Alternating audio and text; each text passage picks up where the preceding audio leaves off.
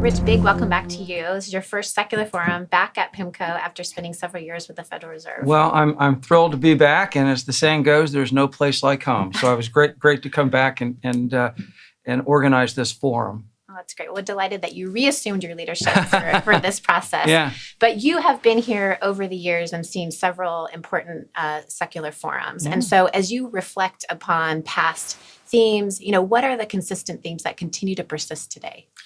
Yes, well, I think that's the strength, Kim, of the process. But if you look back, the forums several years ago are still quite relevant. But Kim, what we realized going into this year is that a lot has happened in the past 12 months. We have a very hawkish central bank pivots around the world. We had the biggest bank failures in U.S. history in the spring, Credit Suisse, and if anything, more escalating tension. And so where we came down in this forum is with our theme of the aftershock economy. So we think people navigating the economy and markets need to respect that there will be aftershocks from these disruptions over the next several years. So you mentioned we titled the secular outlook, the aftershock economy. So talk about those themes that we developed as part of our discussion.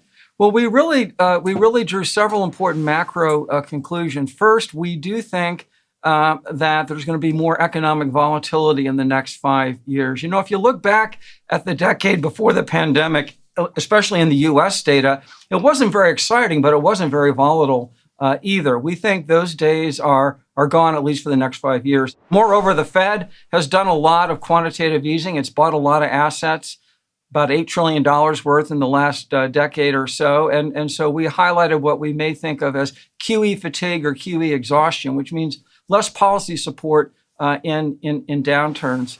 We think global growth is going to slow with risk to the downside. Another key theme, however, is we do think that central banks will do what it takes to keep inflation expectations anchored at their targets. They're going to have a tough job ahead of them, but we think they will succeed in that. And we also think that rates, real policy rates, what we've called the new neutral, a prior secular theme, are also going to return more or less back into the range that we saw before the pandemic. So with growth expectations lower, as you mentioned, and our expectations for inflation to return to longer term levels, how are we thinking about the return drivers of fixed income over the secular horizon? Well, I will say that's probably one of the biggest differences from a year ago. We had reaching for resilience, but investors a year ago were reaching for resilience with yields at pretty low levels. Yields are now at the highest starting levels we've seen in 15 years. And so we all obviously think investors should seize that opportunity. Okay, great. Dan? Well, we touched on this in the research piece. Not only have we had significant disruption the last few years, it's also important to remember that we were in an incredibly low yield environment for almost a decade or more coming out of the global financial crisis. And again, a good predictor of forward returns in fixed income is the starting yield. We expect a lot more volatility across different cycles, economic cycles, financial cycles, which is going to produce some interesting opportunities from a global opportunity set perspective as well. So bottom line is that we are excited about a global opportunity set. We're excited about starting valuations.